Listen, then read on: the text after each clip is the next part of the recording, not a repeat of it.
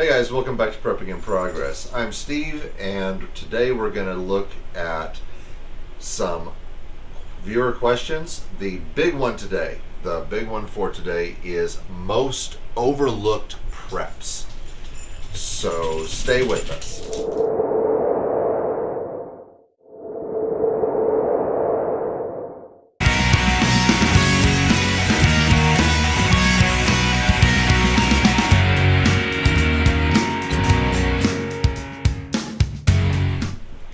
Okay guys,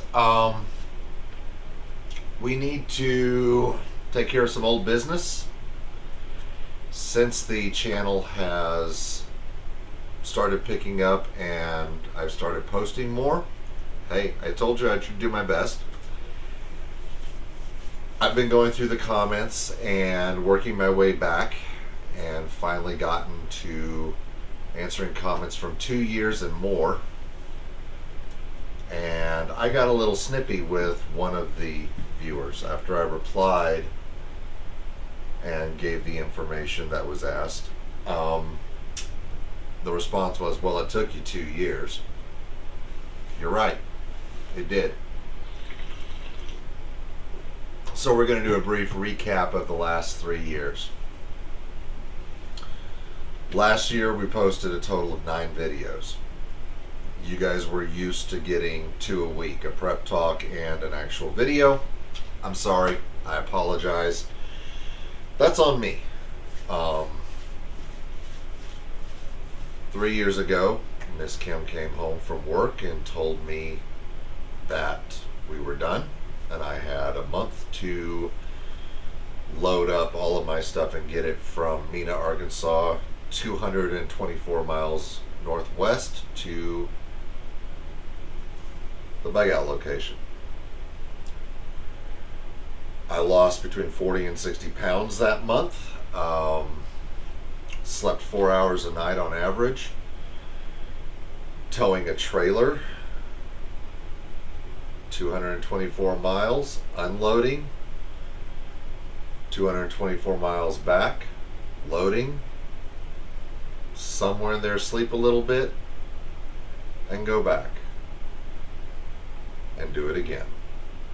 My karate sensei was gracious enough to give me a room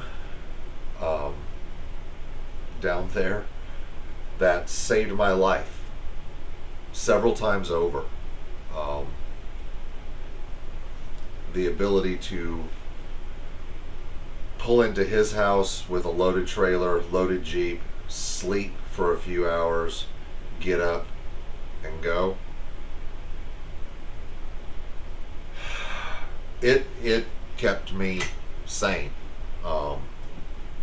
Crying on his shoulder, crying on my Aikido sensei's shoulder, crying on my best friend Nikki's shoulder.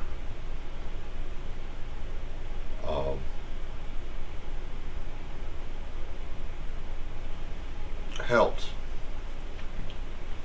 Being able to scream in the Jeep during those trips helped. Once everything was done with the move, none of my family knew what to do. The kids wouldn't speak to me. So I got a job, tried to get back in the dating life, tried to get moving, and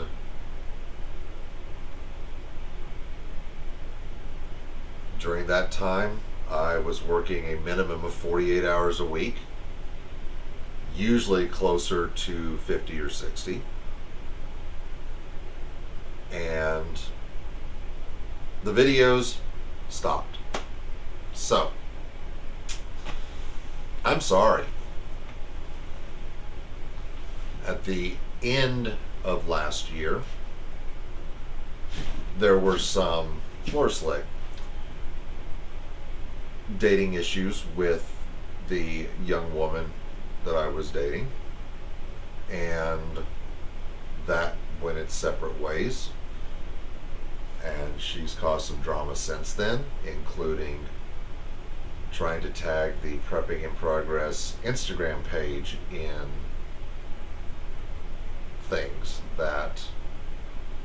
never happened. There have been a lot of false accusations, which was fun because I spent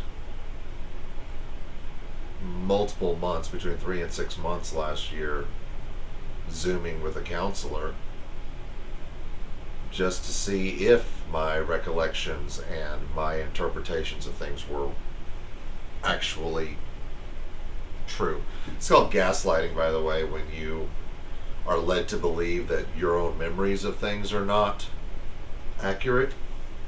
Yeah. So, yeah. I'll just tell you all, Miss K, the young, beautiful woman that I'm married to, was an employee of mine. I hired her to work on the tiny house. We became very good friends. She knew everything that was going on with my girlfriend. We would discuss it. She would give me advice. And after we broke up, my then ex-girlfriend said, well, I know you've been dating Miss K for much longer than you claim. I'm sitting there looking on the phone and went, no. But since you suggested, I'll ask her out. And I did. And you know, that was the best advice I ever got. Here was someone who I had already developed a friendship with. And then, wow, less than a year later, about 8-9 months later, maybe 10, I asked her to marry me. Now, why did I do that? Because psychologists say that it takes 6 months for you to know that you want to spend the rest of your life with someone as a male, and we had an issue at work dealing with the Sabbath, where the gentleman that had been called in from Parsons, Kansas to run the place made it mandatory that we had to work on Sabbath, and she's not a Torah keeper. She had been keeping Sabbath, she had been moving toward it, but she had not taken the stance of, I'm a Torah keeper, I keep Sabbath. And when that was done, she looked at me and said, I'm not working Sabbath, I keep Sabbath. Hello. Thank you, God. I've been asking you for a sign if this was the right person to spend the rest of my life with. I'll take it. And there was no hesitation. And there's been no hesitation. So, how does this segue into most overlooked preps? Your partner. Many of you are already married. I've seen some comments where, how do I get my spouse on board? I can't give you a how to convince your spouse outline. I would start with natural disasters. Hurricanes, tornadoes, snowstorms, earthquakes, whatever is the most apt to affect you, work on starting to prepare for that. Get them on board with that. I'm blessed. Miss K is a country girl. Miss K is a Native American. Miss K knows much more about me, about herbs and the plant life that we have. I'm learning from her. She's done construction. She's done plumbing. So while I'm good, she's great. And I have no problem, because I have no ego, of saying, I'm in over my head. Help. Overlooked prep, your partner. Get rid of your ego, and if your partner knows something you don't be afraid to ask. Look for the person who you are truly meant to be with. Don't settle for looks. Don't settle for money. Don't settle for a warm body next to you. Find the person that compliments you and wants to be with you. And when you're at your worst, accepts you and says, we can get through this. I bit everyone's head off today. I went outside to get the chainsaw to put the new chain on it and saw another problem on the property, and the door blew open and someone yelled something, and I went back in the house. Don't yell at me about the door. I'm dealing with this, this, and this. We just wanted to know if you were okay, my love. You go from being frustrated to feeling about this tall and apologetic. And you know what? Guys, we make mistakes. Never be afraid to admit that you made a mistake. So your partner and the way you deal with your partner is an overlooked prep. So there's that. Now, I'm going to take out the phone here. Freedom for all. Can emergency food ration bars be used after the expiration date? That was his first question. Then we're going to get back into overlooked preps. Yes, they can. But analyze carefully.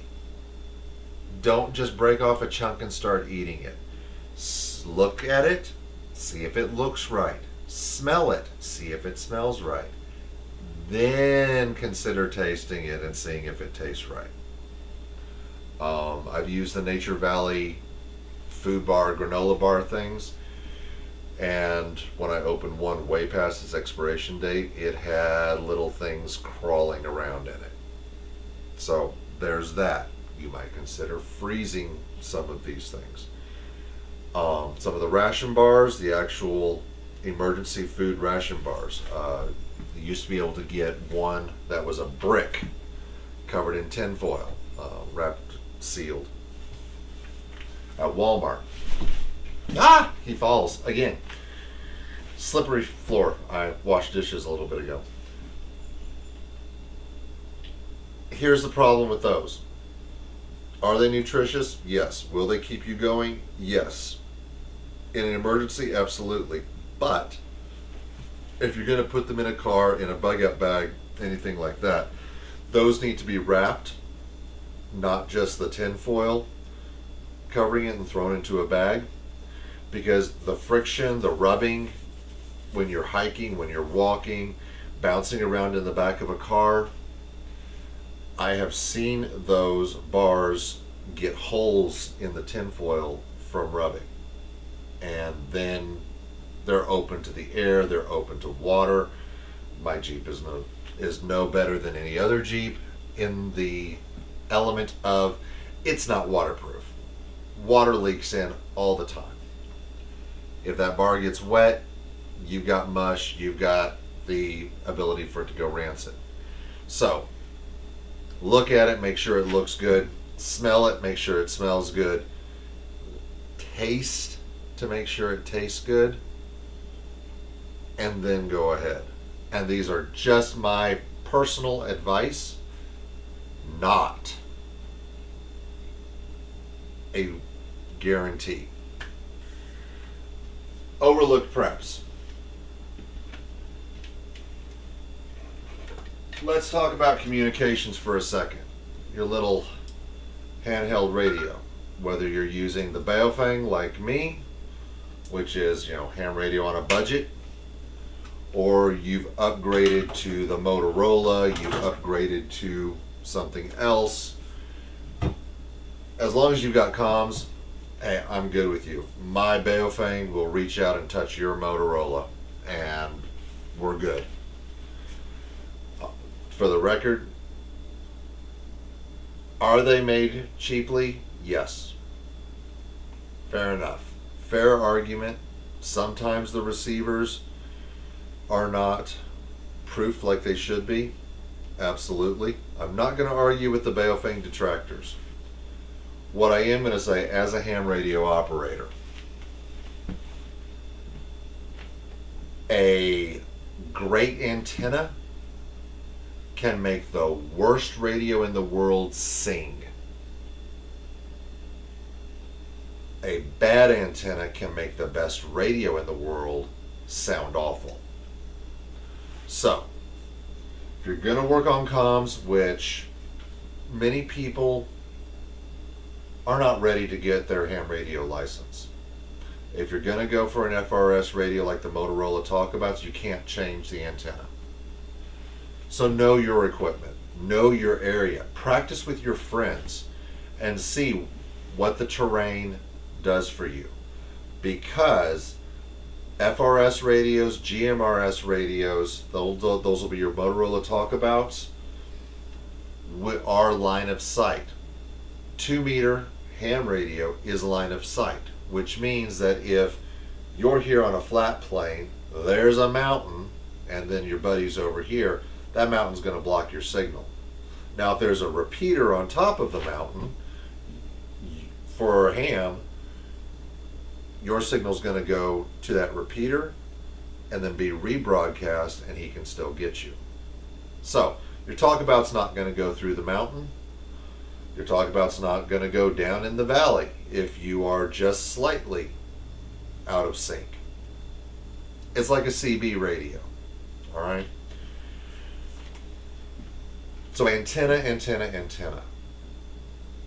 If you're going to go ham, invest in extra antennas. Invest in aftermarket antennas. Build your own on your house. The other overlooked prep is electricity. I know what you're thinking. I've got solar. I'm good. I've got a battery bank. I'm good. Yeah, you are. Yeah, absolutely. I agree. But in your car, traveling, your car's broken down.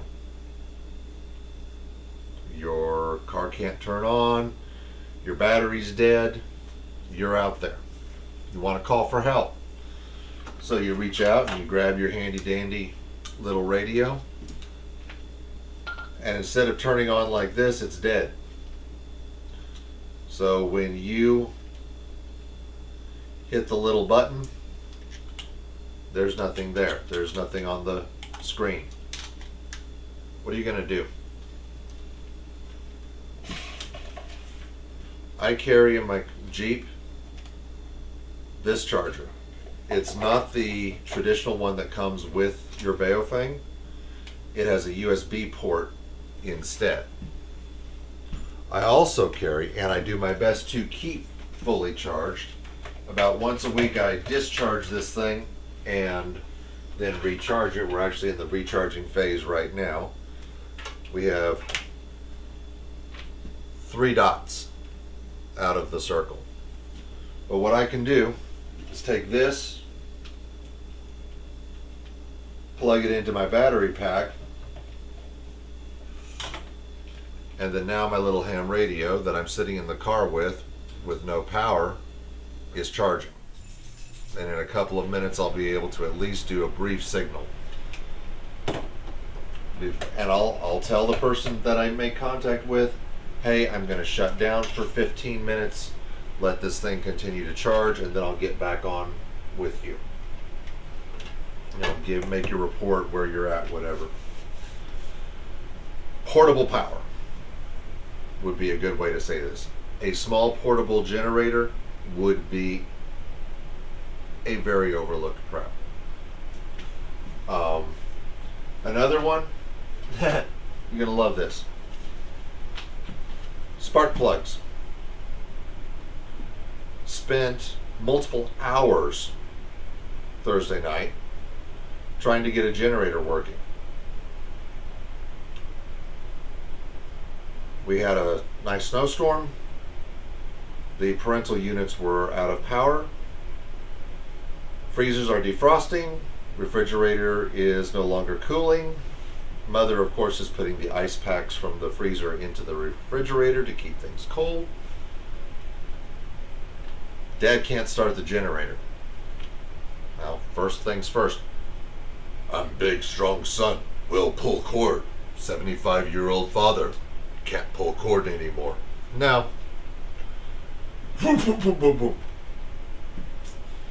Gas is on. Button's on. Yeah, it's turned on. Pull the plug. This is after we cleaned it. Yeah. Needed a new spark plug, needed some carb cleaner, some starter fluid, and then it started to work. However, we needed the proper tools as well. So make sure you've got the proper tools to change your spark plugs in all your little handy dandy gadgets that you're going to be relying on. And store up 2 extra spark plugs minimum. 2 is 1, 1 is none. So minimum of 2 backup spark plugs for everything you need. So if you're like me, live out in the boonies, extra spark plugs for your riding lawnmower, extra spark plugs for your tiller, extra spark plugs for your generator, extra spark plugs for your vehicles. What happens if your vehicle dies? Are you going to have it towed in the middle of a snowstorm? What if it's your only vehicle and you're stuck on a mountain in the side of the road or in the middle of a snowstorm? Things like that.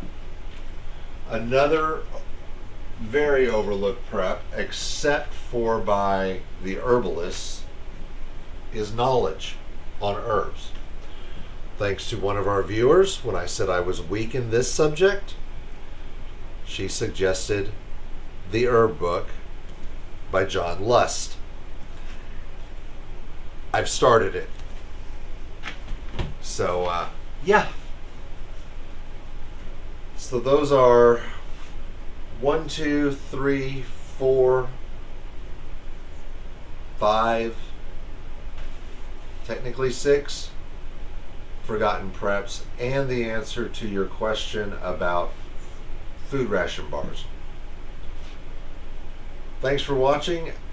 We will talk to you again very, very soon, and I hope you've learned something. Love y'all.